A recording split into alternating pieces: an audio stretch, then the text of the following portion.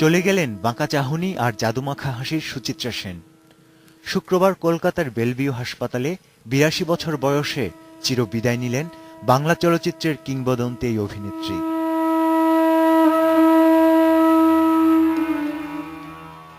কদিন ধরে ছিল উৎকণ্ঠা, কিন্তু এমন একটি প্রয়াণ সংবাদের জন্য প্রস্তুত ছিল না কেউই।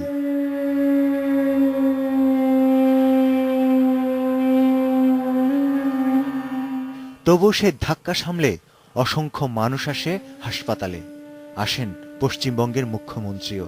মহানায়িকা এই যে চলে যাওয়া, এটা আমাদের কাছে একটা বড় দুঃসংবাদ। সকলকে আমার মায়ের বাংলাদেশে যখন চলছে রাষ্ট্রভাষার লড়াই, সে বছরই রূপালী পর্দায় তার আবির্ভাব।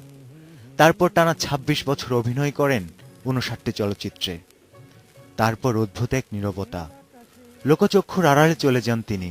কোন অভিমান বা বেদনায় তিনি বেছে নিয়েছিলেন অন্তরালের জীবন, সেই রহস্য রয়ে গেল অনাবৃতই। নিঃসঙ্গ এই জীবনকে ভালোবেসে দাদা সাহেব ফালকে পুরস্কারও প্রত্যাখ্যান করেন তিনি।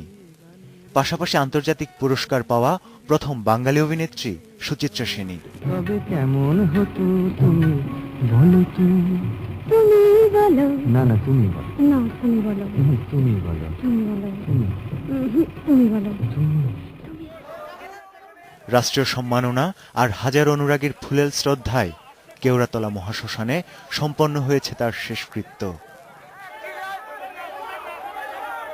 তানজির মেহেদি, ইন্ডিপেন্ডেন্ট নিউজ, ঢাকা।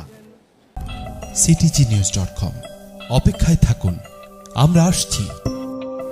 আরা স্বার্থপর, আরা শুধু চিটাঙের কথা হয়।